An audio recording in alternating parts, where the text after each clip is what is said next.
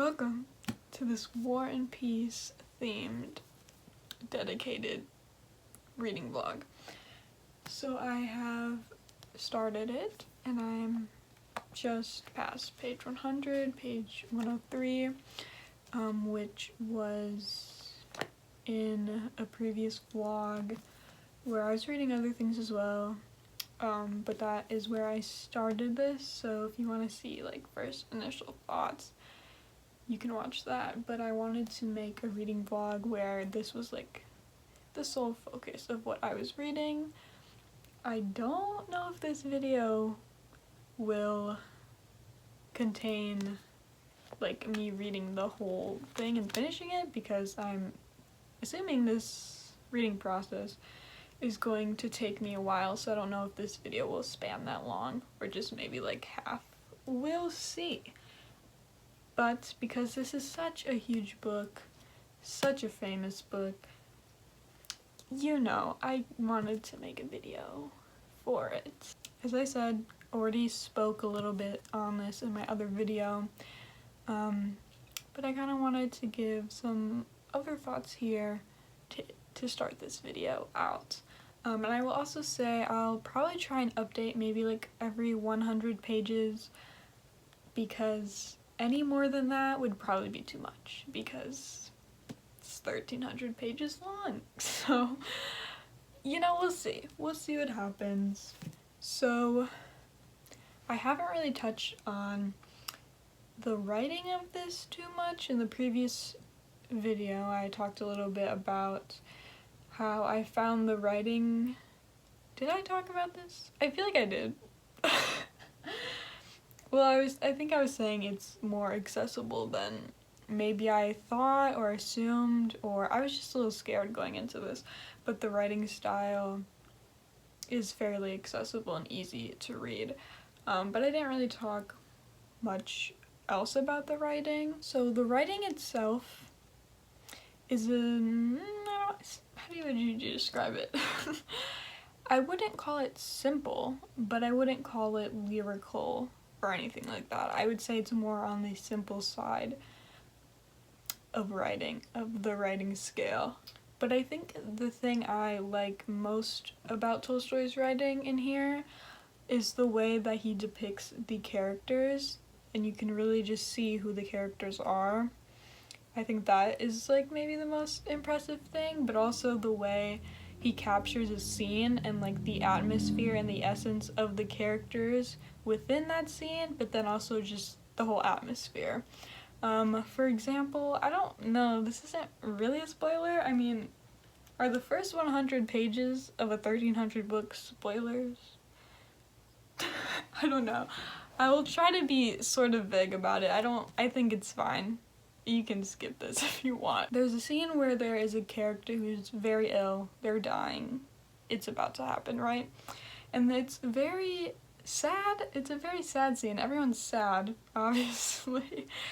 There's a lot of tension as well, because for many reasons, like, he's dying. But in this scene that is so filled with like this darkness and this death, on the other side of it, it is also filled with a lot of life and this need and want to survive and like keep going, and this idea of after you die, life keeps going, people still live, the world is still going. And you can see that through these other characters who are like arguing and fighting over the inheritance of this dying man. So it's very kind of a contrast there between these very sad scenes of people and they're like, oh, he's dying, but at the same time they're like very selfish and kind of like fighting as this man is dying in the other room. That scene was a very good example, I think, of what Tolstoy can do with his writing. And I don't know, like, I tabbed just that kind of chapter because it just felt, I don't know, it just really stood out to me as something important there. I would say that I enjoy his writing, but it's almost like you have to search for the beauty in his writing, in a way. Like, it's not in your face beautiful writing, or a lot of it isn't like that, and I think that it's like just as good as like a lyrical writing. It's just as valid, and maybe is not better, but it's like putting in the work, you know? It's like you're getting a lot of ideas about humans, society, all these things, all the ideas that are packed into War and Peace.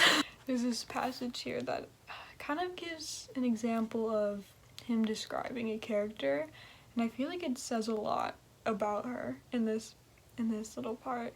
Basically, she's reading a letter that her friend wrote, and she's like, the friend's all like, "You're awesome." She just doesn't say that. I don't know. Her friend misses her, and she's like, "I wish we were together," and blah blah blah. But it says, having read thus far, Princess Maria sighed and glanced into the mirror which stood on her right. It reflected a weak, ungraceful figure and thin face. Her eyes, always sad, now looked with particular hopefulness at her reflection in the glass. She flatters me, thought the princess, turning away and continuing to read. But Julia did not flatter her friend. The princess's eyes, large, deep, and luminous, it seemed as if at times there radiated from them shafts of warm light, were so beautiful that very often, in spite of the plainness of her face, they gave her an attraction more powerful than that of beauty.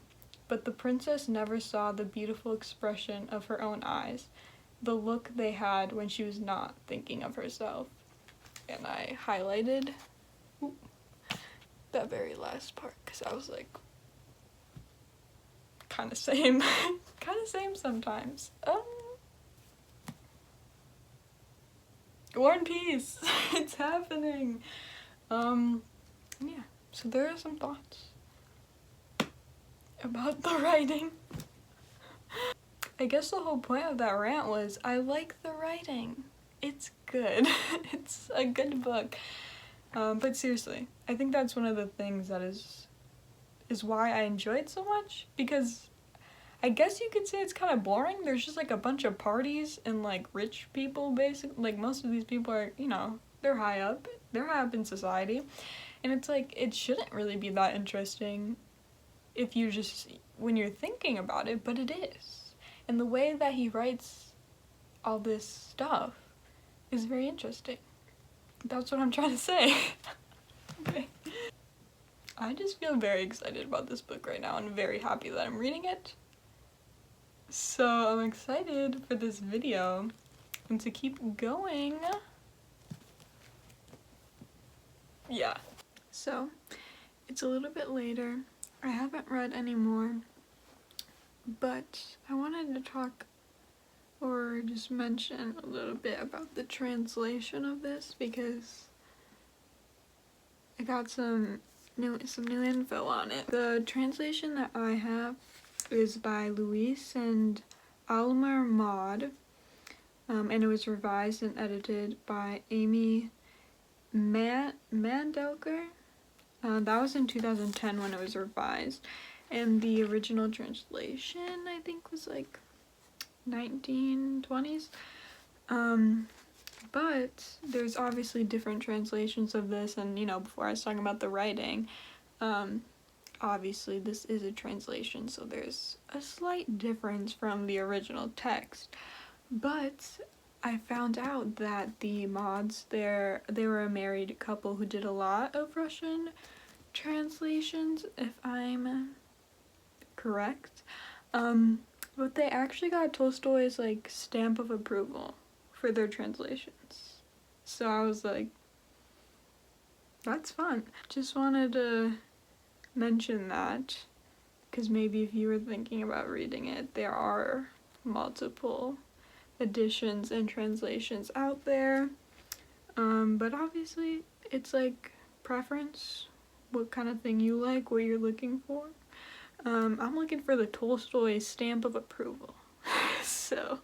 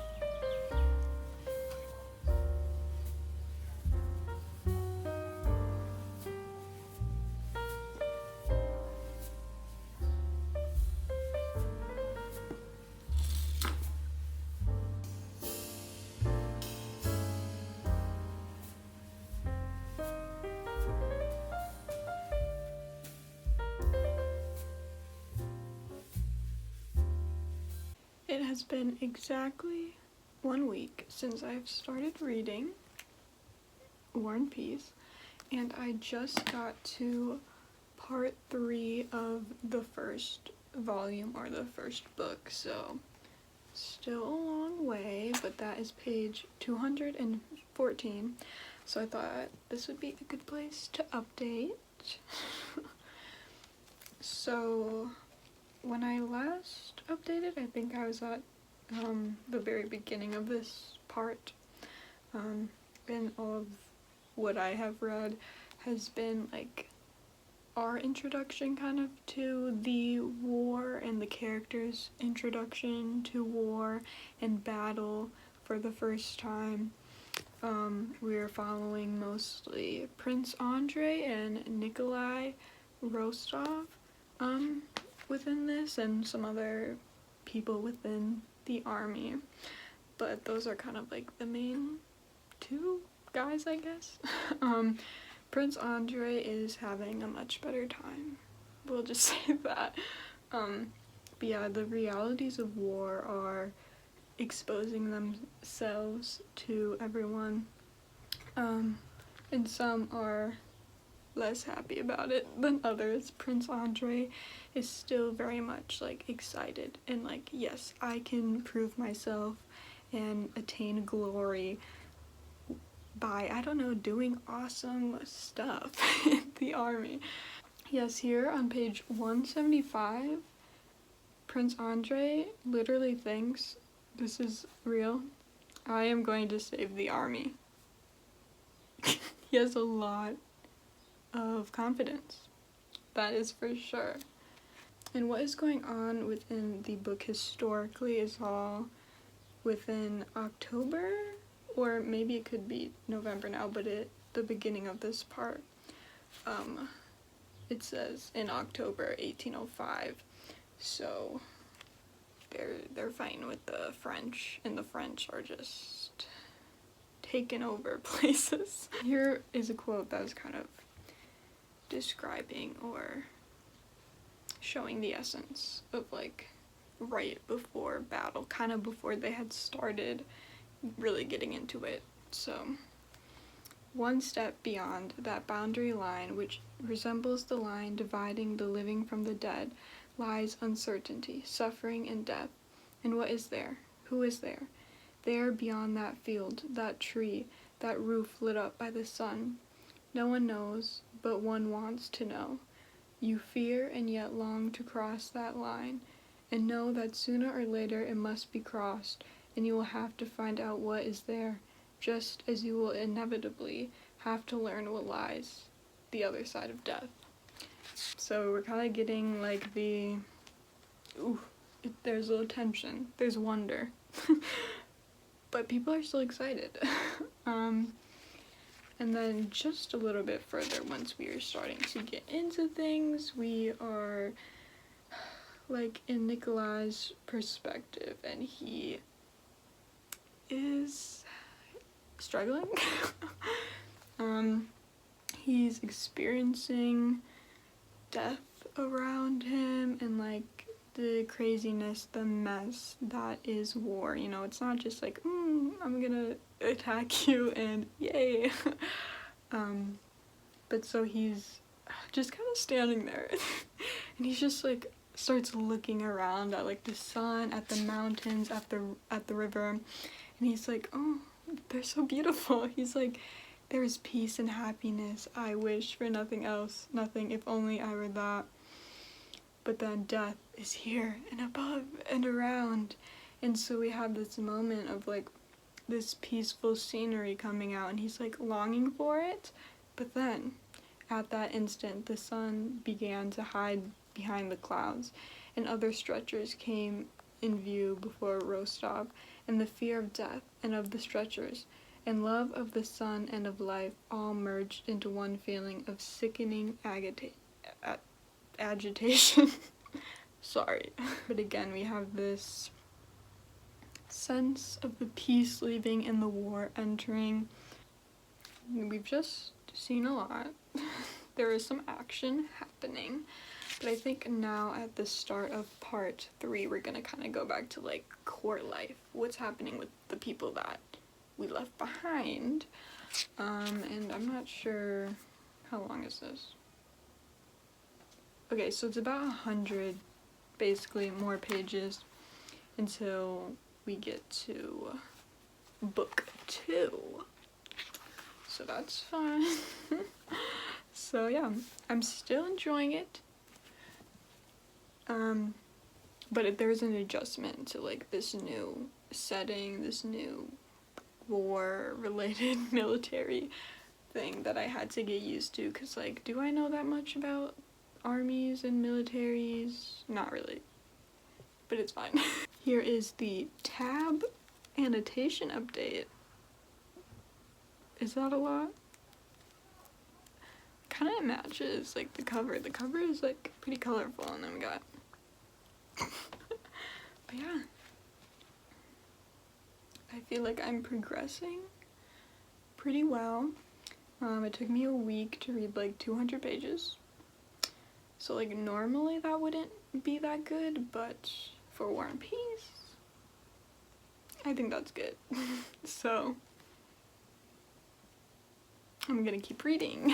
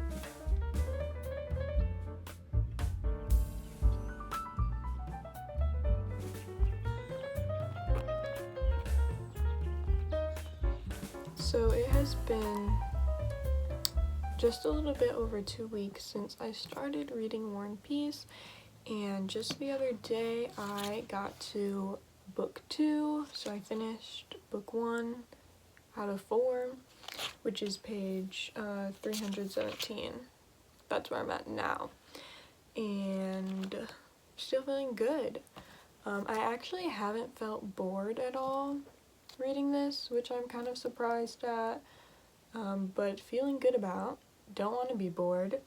But there are about 1,000 pages left, because I'm pretty sure it's like 1,308 pages, and I'm at 317.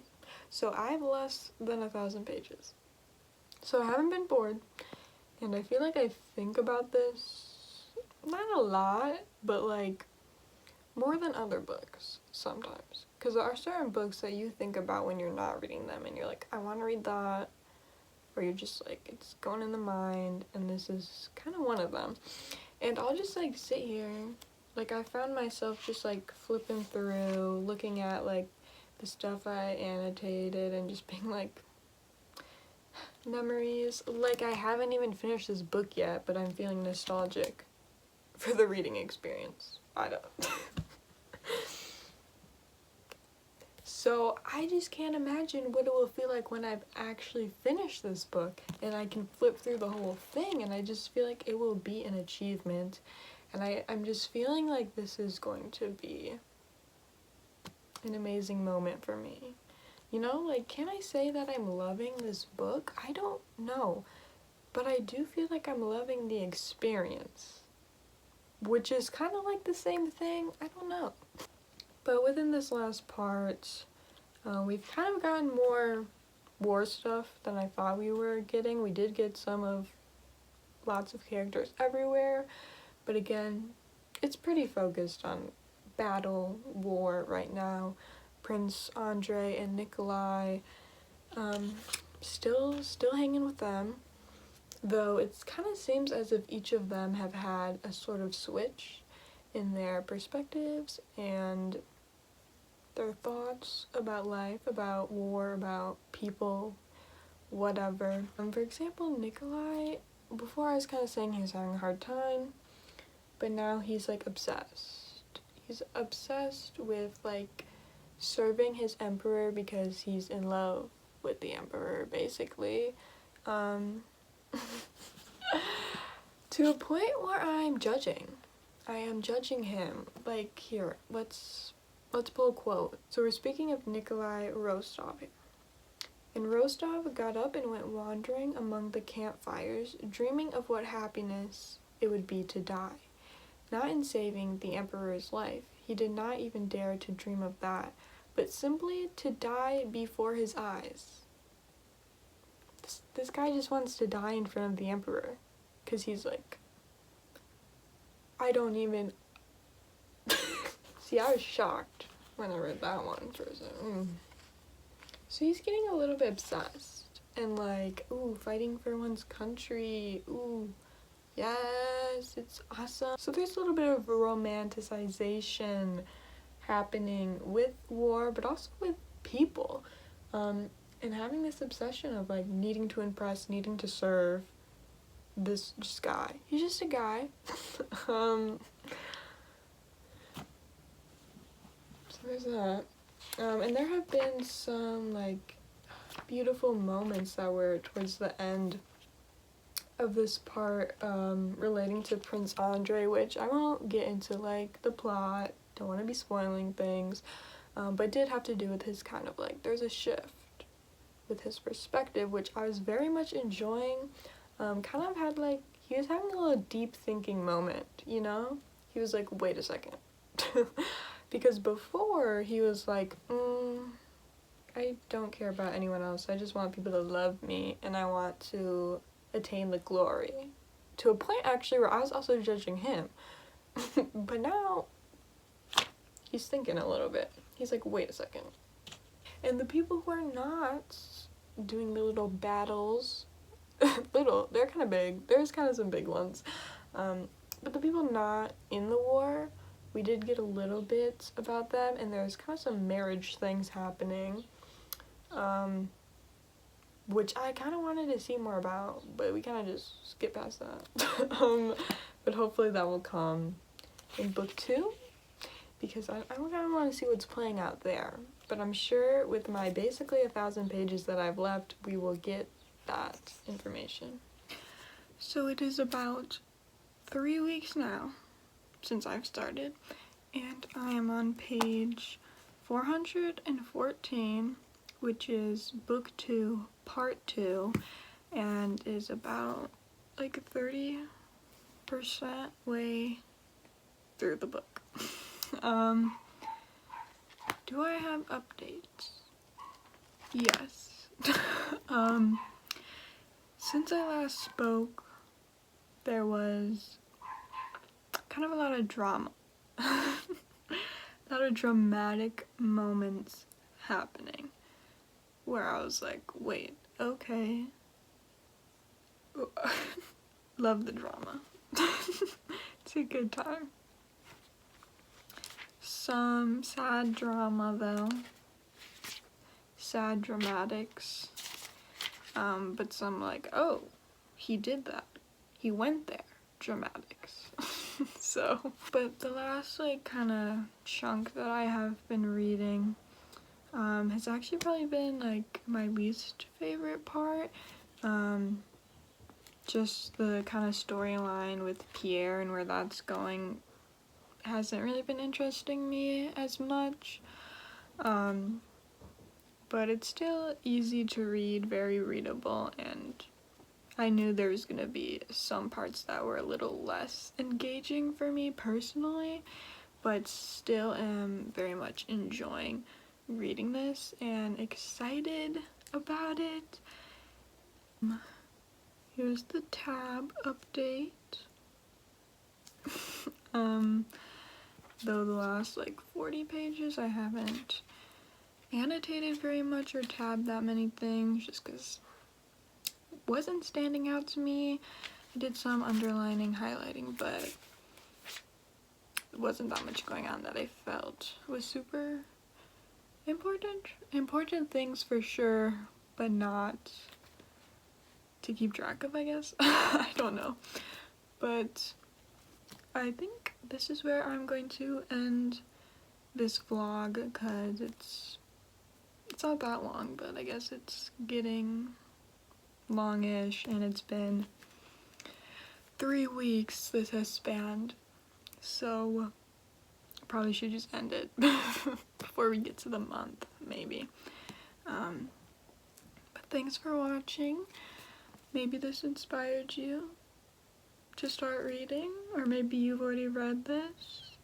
I don't know, but I hope that you enjoyed watching this. And thanks for watching. Did I say that? I don't know. But yeah. Happy that I'm reading this. Excited. Feeling good. Kind of feeling like this will end up as a favorite book. That's just what's feeling like. And yeah, I'm a pretty good way in now. So that feels good.